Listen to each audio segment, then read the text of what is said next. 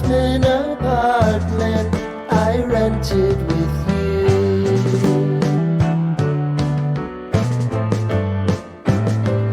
Remembering the holiday party.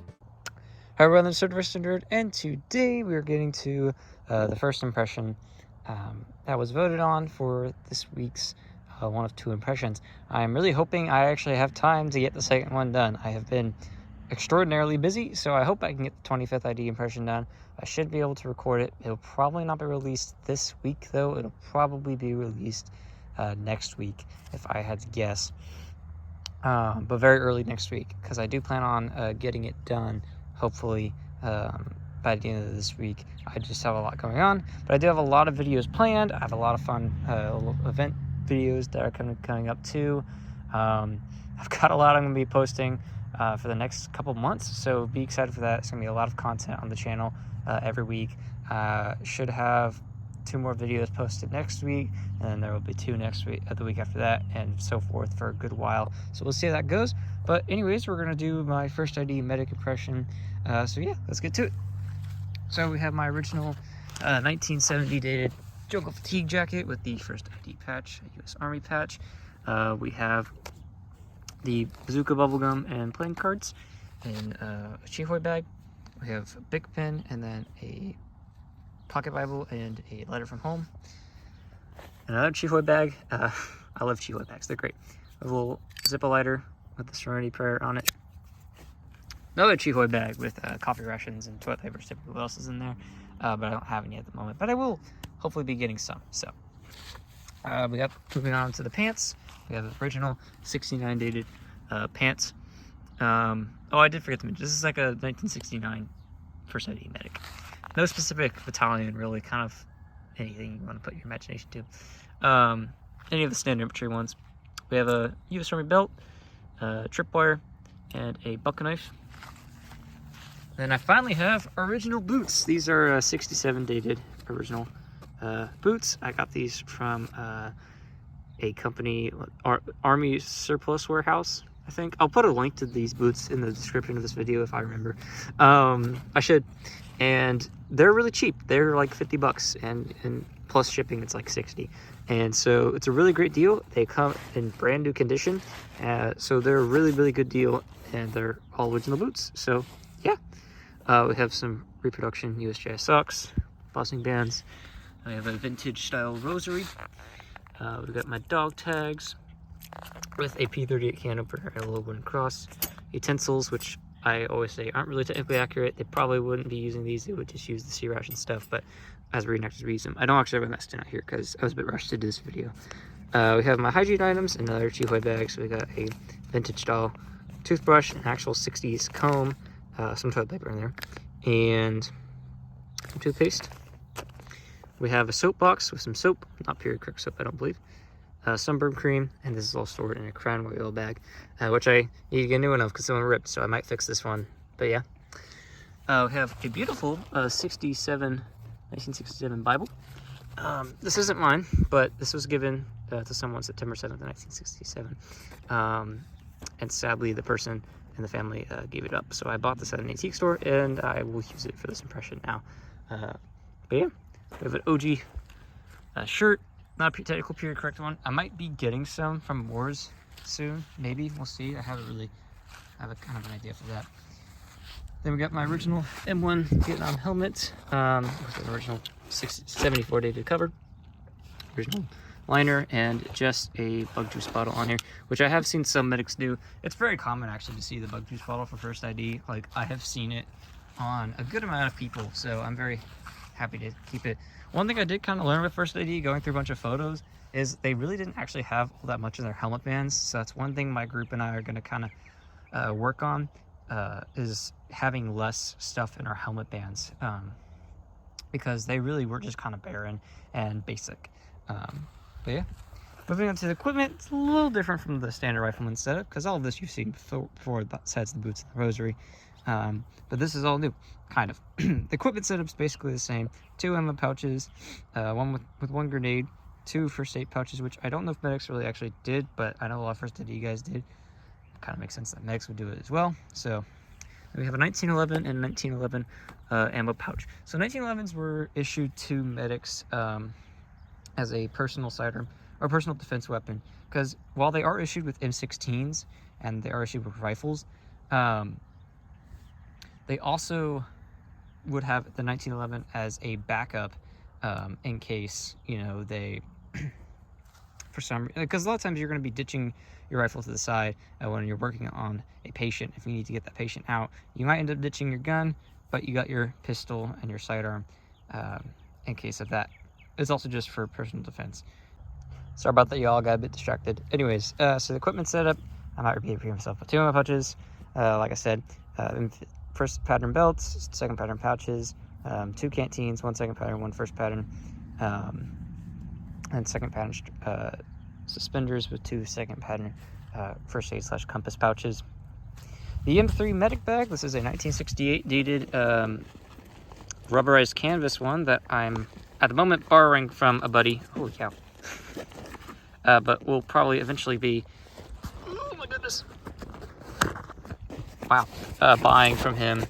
Yeah, so you can see in there it's 68 dated M3 medic bag.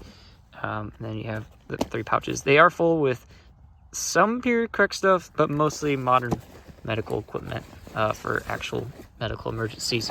Nothing really too serious, so like it's really just kind of like if you get, you know, a slight cut. But if you actually need like legit medical service, that you should go to a hospital and not just use what's in here. We have the medical strap. It's got the medical logo on it for the M3 bag. Now the M5 bag was also very common, and that was pretty much just like a backpack, pretty much. And it would carry the M3 bag and other medical equipment like IV stuff and all that.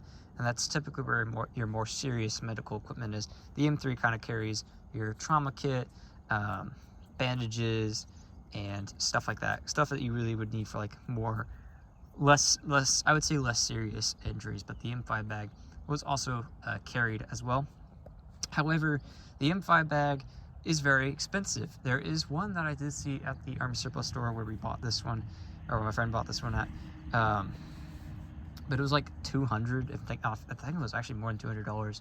It had a lot of stuff in it. It had some period correct stuff, but even then by itself, they are really expensive, and pretty hard to find. So not buying that. Also, a lot of combat medics usually didn't actually wear the M5. Most of the time, they just have the M3. I also did see, I don't know where I saw this. It was a long time ago.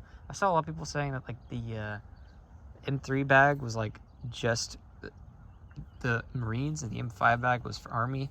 That's not true. I don't remember who told me this. I knew it wasn't true when I got told it, and I don't remember who it was. But all the photos I'll put up, all these medics have M3 bags. And the M3 bag goes with the M5 bag, so I don't know why that doesn't make sense. But Marines also did use this. Their Navy corpsmen would use the M3 bags for their medical purposes. So honestly, if you want me to do a corpsman impression one day, that could be pretty cool, just saying.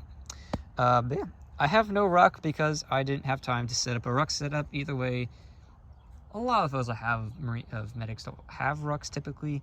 They would use them, but I'm just doing like a combat setup for a medic. So I'm not gonna use a ruck. Plus, again, I don't have the time. The sun is setting, as you can tell by the lighting, so I didn't have much time. But yeah, and then we have my beautiful H&R M16 A1, my beauty. She is a real gun, and she has an original stock, which is NOS, original hand grip, and original foregrip.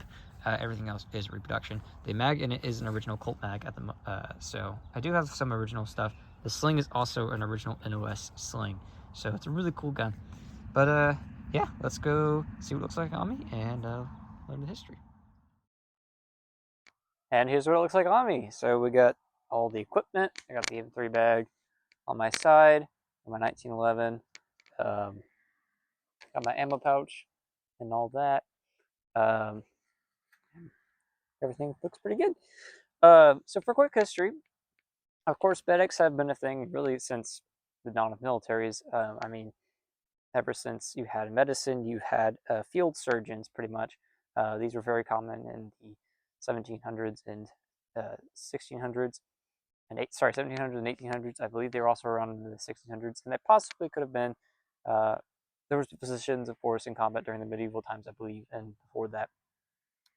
But by World War One, you have established medics and field medics, and their job is to provide medical assistance to soldiers who are wounded in combat, and they are also a lot of times either, depending on the military, sometimes the stretcher bearers, just standard infantry who would become stretcher bearers, or sometimes they were actual medics who performed stretcher bearer duties.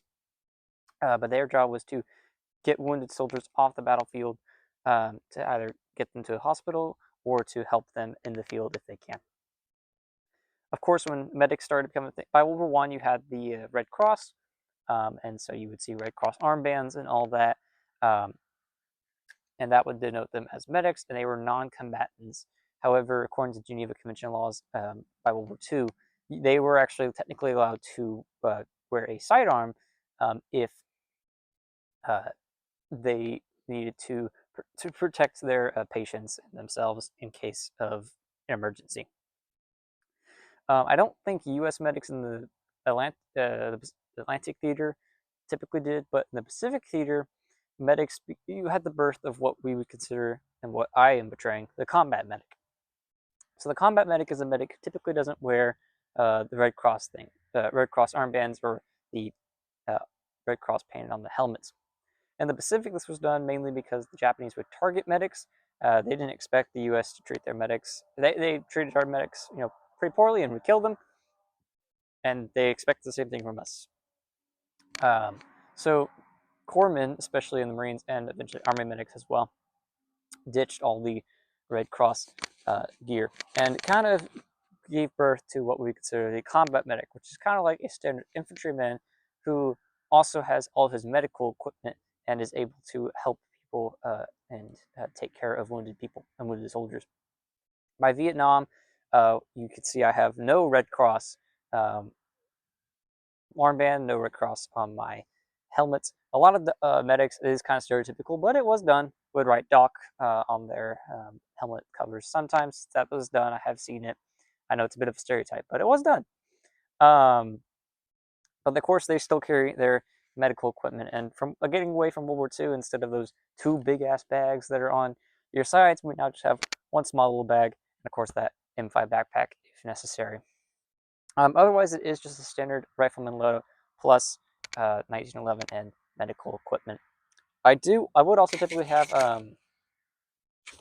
sometimes medics would put their I'm forgetting the medical shears. I forget what they're actually called, but I think that's not medical shears, but trauma shears. That's what they're called, in their pistol pockets. However, I noticed that it tends to fall out, and not a lot of medics, especially First ID, really did that. They would usually just keep that in their M3 bag. But yeah, that's pretty much it. I do plan to get the 25th video done soon. Hopefully, I have some videos planned for next week. I have pretty exciting videos planned for next week. I'm pretty excited to post those. I got a lot of videos planned. There's a lot I can do. Of course, I will keep doing polls so that y'all can vote on what you want to see. And so, yeah, anyways, thank you all for watching, and I'll see you next time.